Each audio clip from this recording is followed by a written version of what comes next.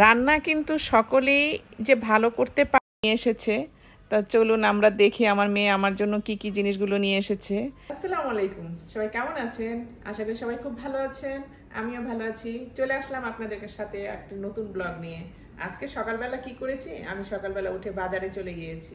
বাজার থেকে আজকে আমি অনেকগুলো মাছ কিনেছি আর অন্যান্য প্রয়োজনীয় জিনিসগুলো কিনেছি।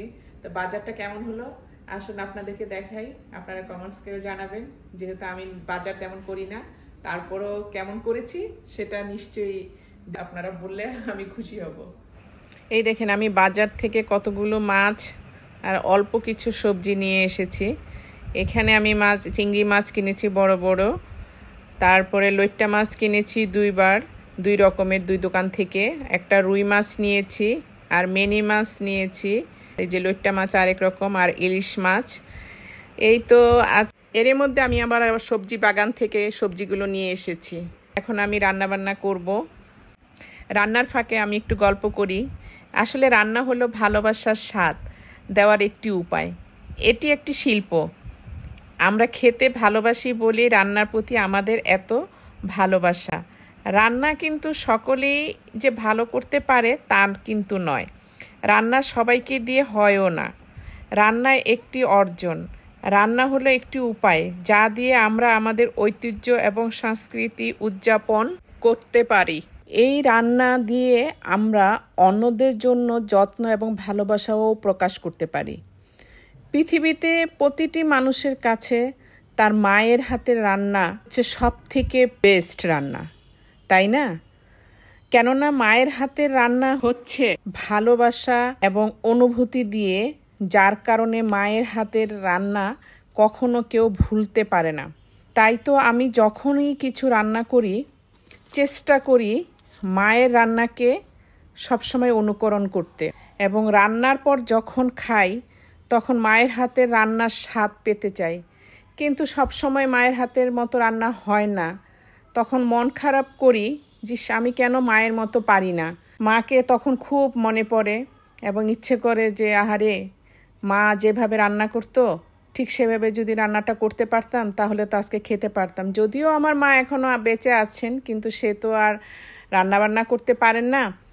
তাই বলতেও পারি না যে মা আপনার ওই তরকারিটা অনেক মজা ছিল, ভালো ছিল, আজকে সেটার মতো একটু রান্না করেন, একটু খাই। সেইটুকু বলার সাহস পাই না, তাহলে তো মায়ের অনেক কষ্ট হবে। সে কষ্টের কথা চিন্তা করে আর বলি না। তারপরে কি আর করা, কিন্তু মায়ের মতো স্বাদ আনা তো আর সম্ভব না। মা তো মায়ের তো আর কখনো তুলনা হয় না। মায়ের হাতে রান্না তো পৃথিবীর বেস্ট রান্না। তা আপনাদের সাথে গল্প করতে করতে আমি অলরেডি আমার বাগানের ঢেঁড়স তুলে নিয়ে এসেছিলাম। সেই ঢেঁড়সের ভাজিটা করে ফেলেছি, ঢেঁড়সের ভাজিটা তুলেও নিলাম। এখন আমি একটু চিংড়ি মাছ ভুনা করব। তো এই যেহেতু ফ্রেশ আজকে তাজা চিংড়ি মাছগুলো এনেছি, সেই চিংড়ি মাছটা ভুনা করলে স্বাদ লাগবে অনেক। আমাদের ছোটবেলায় আমরা যখন অভিমান করতাম, বাবা মারা আমাদের সেই অভিমানের কারণে যে আবদারটা ছিল, সেই আবদারটা পূরণ করার জন্য তারা আমাদের অভিমানটা ভাঙাতো এবং আবদারগুলো পূরণও করে দিত। আর এখন যখন আমরা বড় হয়েছি, আমরা যখন কোনো কিছু নিয়ে অভিমান করি, সেই অভিমানের পরিবর্তে আমরা কি পাই শুধু শূন্যতা। সেখানে আর অভিমান ভাঙাতে কেউ আসে না। যদিও কথাটা অপ্রিয়, তারপরও কিন্তু কথাটা একেবারেই সত্যি।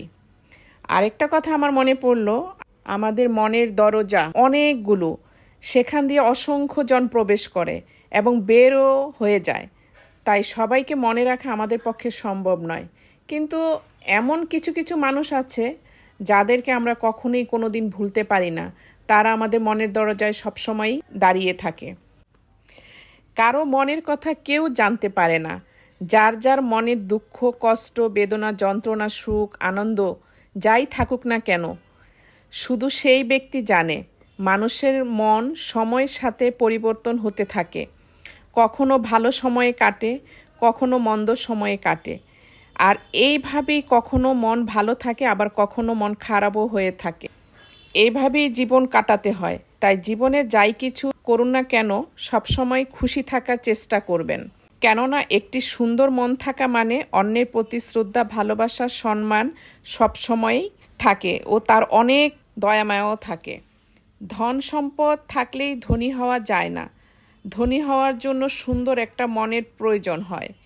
একটি সুন্দর মন থাকা মানে নিজে অনেক ধনী হওয়া। আমার কতগুলো জিনিসের প্রয়োজন ছিল, সেই জিনিসগুলো আনার জন্য আমার মেয়েকে বলেছিলাম, তাই আমার মেয়ে আমার সেই জিনিসগুলো নিয়ে এসেছে। তা চলুন আমরা দেখি আমার মেয়ে আমার জন্য কি কি জিনিসগুলো নিয়ে এসেছে। এই জিনিসগুলো সব আমার মেয়ে আমার জন্য নিয়ে এসেছে, এগুলো আমার খুবই প্রয়োজন ছিল। তা আজকের ভিডিওটা আমি এখানেই শেষ করছি। সবাই ভালো থাকবেন। আল্লাহ হাফেজ।